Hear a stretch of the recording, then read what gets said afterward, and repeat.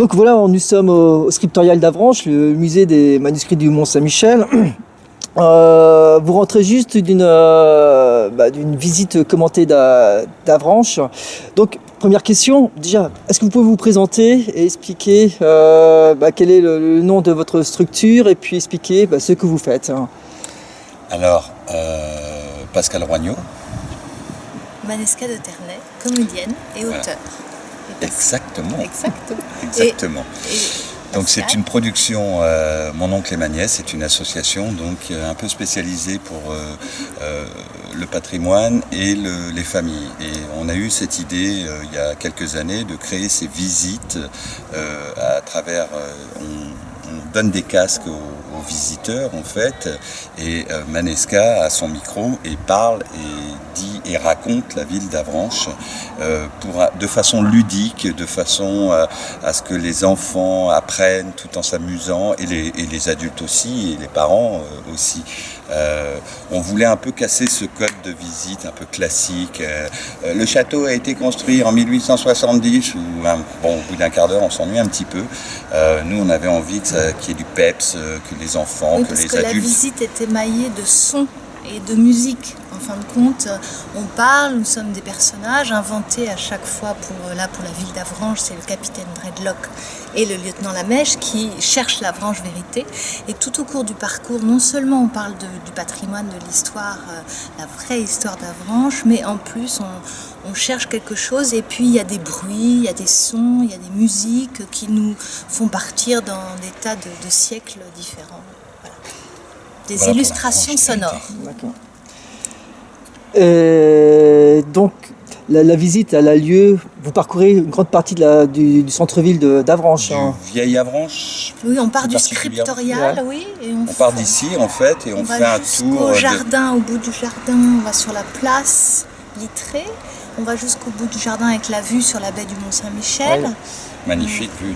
En face de la sous-préfecture. On lance la calasse. Mais enfin, on ne doit pas dévoiler tout notre parcours. Ah oui, parce que c'est quand même une enquête. Exactement, donc on ne sait pas si on va aller à droite, à gauche, en haut ou en bas. C'est une chanson, ça. Oui, en haut. On ne sait pas de quel côté on va aller. D'ailleurs, on ne sait pas exactement ce qu'on cherche non plus. Et à la fin, est-ce que vous trouvez? Alors, nous trouvons parce que nous sommes quand même, nous venons de la police scientifique. Et dans la branche sous direction scientifique de l'unité scientifique de la police scientifique. C'est notre, attention. Et nous sommes des experts, amis. Nous sommes amis avant tout. Avant tout. Et nous sommes aidés avec les visiteurs parce qu'ils sont participants. Dès le début, on leur donne une couverture pour qu'ils se fondent dans les rues sans être repérés. Parce qu'on ne doit pas être repéré. Voilà. Ah bah non. Et ils peuvent aussi être interrogés, ils peuvent donner leur avis parce qu'on leur pose des questions. Enfin, ça peut arriver ou pas, parce que c'est vraiment à chaque fois. Donc donc le but c'est de faire découvrir, mieux faire connaître Avranches à travers ses bâtiments, son patrimoine, et aussi au niveau de ses personnages, ses personnalités locales. Ah oui, il y a beaucoup de personnages nés à Avranches ou qui sont venus à Avranches, qui ont fait quelque chose d'important, qui sont évoqués. Et c'est pour un public de tous les âges. Des petits-enfants, ça commence vers 6 ans. On peut venir en famille, seul, entre amis. Enfin, c'est vraiment parce que chacun il peut y trouver son bonheur. Les enfants, parce qu'il y a un peu Star Wars, qu'ils vont défendre la ville d'Avranches, ou alors ça peut être plus poussé pour les parents.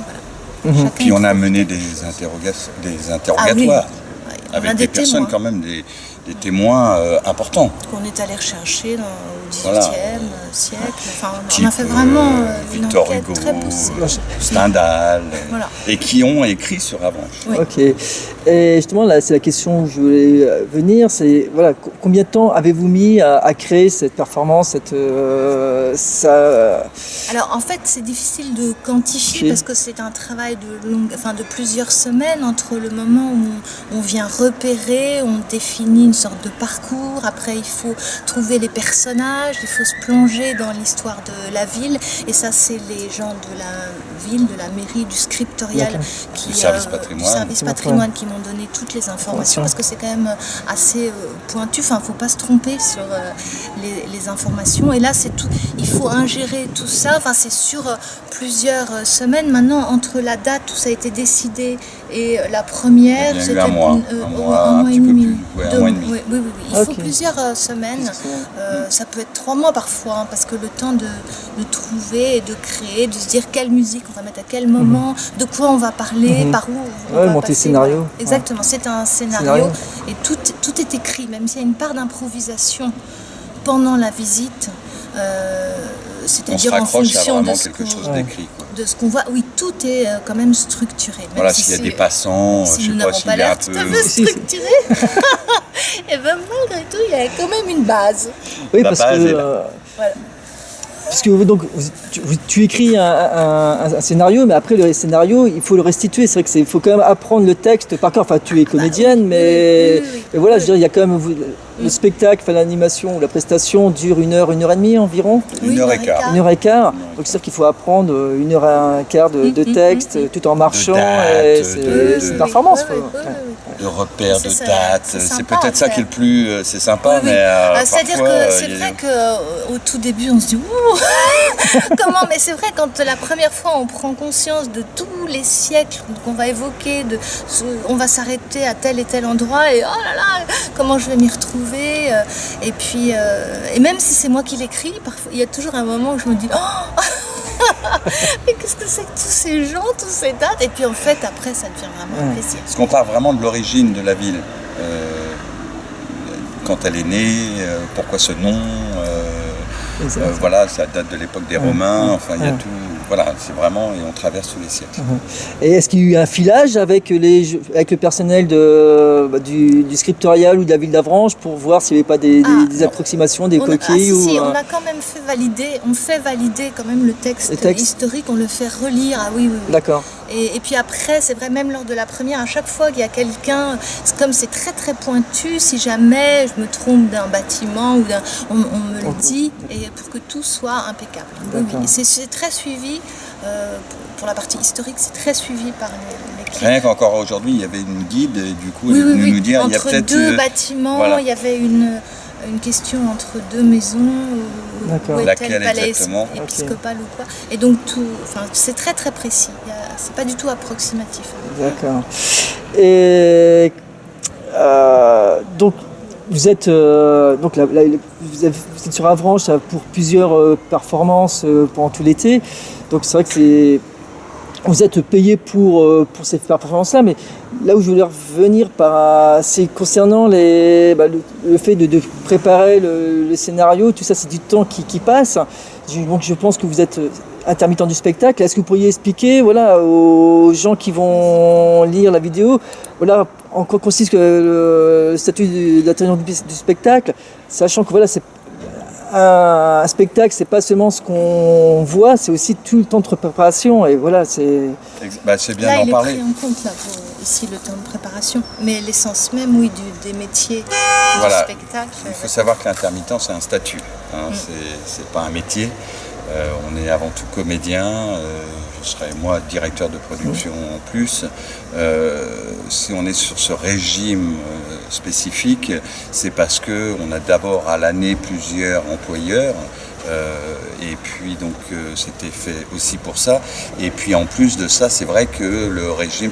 Alors on rémunère les répétitions, mais il y a peut-être une rémunération qui va être faite sur 8 heures alors qu'on aura travaillé 12 heures ou 16 heures. Donc ça aide le fait d'être couvert par les acédiques quand on ne travaille pas. Après, c'est un régime qui est très bien pour nos métiers, qui est souvent remis en cause, injustement je pense.